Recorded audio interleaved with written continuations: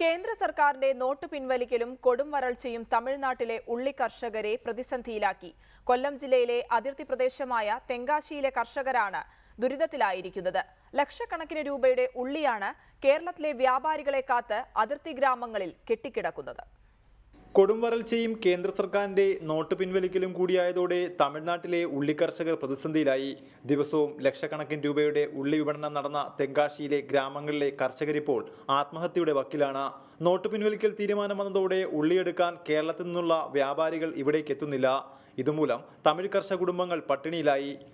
குடும்பமே தற்கொலை தான் பண்ணக்கூடிய சூழ்நிலை இந்த ஆண்டு இருக்குது. அந்த அளவில் இருக்கும். நாங்கள் ஒன்றுமே பண்ண முடியாது.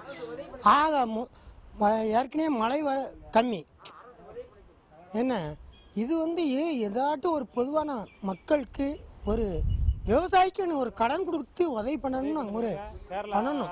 கட்டிங்களா? உண்மையில சொல்ல இது நாங்கள் தப்பு சொல்லலை. அதுக்கு நீங்கள் இந்த இடத்துல எப்பவும் இந்த மாதிரி இருக்காது. இந்த இடத்துல எப்பவும் இந்த மாதிரி இருக்காது. ஆனால் இந்த ஆண்டு நாங்கள் விவசாயிகள்லாம் கஷ்டப்பட்டு சம்பளம் பாருங்கள், 200 ரூபா சம்பளம், அப்புறம் 10 மணிக்கு ஒரு டீ, அப்புறம் 2 மணிக்கு ஒரு டீ, ஆக 25 ரூபா ஆயிடுது செலவு. ஒரு நாளைக்கு 225 ரூபா அந்த பொம்பளையாளுக்கு കൊടുക്കണം. തെങ്കാശിയിലെ 1500ഓളം ഏക്കർ വരുന്ന കൃഷിയിടങ്ങളിൽ നിന്ന് വിളവിറക്കിയ ഉള്ളിയാണ് വിൽക്കാനാകാതെ വന്നത്. കേരളത്തിലെ വ്യാപാരികളെ സമീപിക്കുമ്പോൾ കിലോയ്ക്ക് 7 രൂപ വിറ്റിരുന്ന ഉള്ളി ഇപ്പോൾ 1 രൂപയ്ക്ക് എടുക്കാമെന്നാണ് പറയുന്നതെന്നും കർഷകർ പറഞ്ഞു.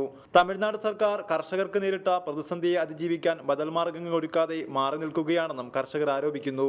ഇത്തരത്തിൽ അതിർത്തി ഗ്രാമങ്ങളിൽ കെട്ടിക്കിടക്കുന്ന ഉള്ളി വിറ്റിരിക്കാൻ മറ്റ് സംസ്ഥാനങ്ങളെ ആശ്രയിക്കുകയാണ് കർഷകർ.